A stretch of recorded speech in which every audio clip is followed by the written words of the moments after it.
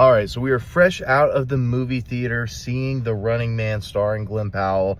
And here's what I have to say about the movie. Overall, I think my rating going into it with the trailer was pretty accurate. I would still go 4 overall with the movie. The action sequences were flawless. I really enjoyed the action. I was on my seat the entire time, rooting for Glen Powell. And I'm one that's very critical of Glen Powell's acting, but I can say that that's probably one of his best works in regards to acting. He killed it in this movie. He was a very good actor in this movie, and I thought it was overall done really well. There's only a few things in the movie that I am a little bit critical of. First of all, I felt like the beginning of the movie was a little bit rushed, and what I mean by that is, yes, there was moments where we were able to see Glen Powell with his wife, but I wasn't able to really build a connection between him and his wife and really feel that until the middle of the movie when he starts thinking back to his wife and having those emotional moments. So I didn't really feel that as much at the beginning of the movie, so I wish that they would have extended that out just a little bit more. And the last part is the ending. The ending wasn't bad by any stretch of the imagination. I just felt like I was missing a little bit of a conclusion. I wish, like, the whole reason he went on the show was for him to be able to support his family.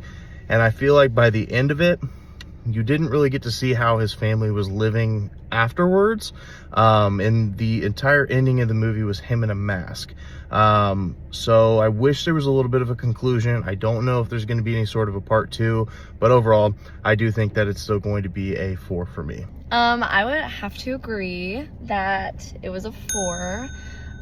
It was very action-packed. It was really hard to look away, and it just seemed like every scene was a new thing, and so it really just kept the movie rolling. Like, there was never a time in the movie where I felt like I was bored, and like Austin had said, that was probably one of the best acting gigs that Glen Powell has. It was really a good movie, but I also think that the ending was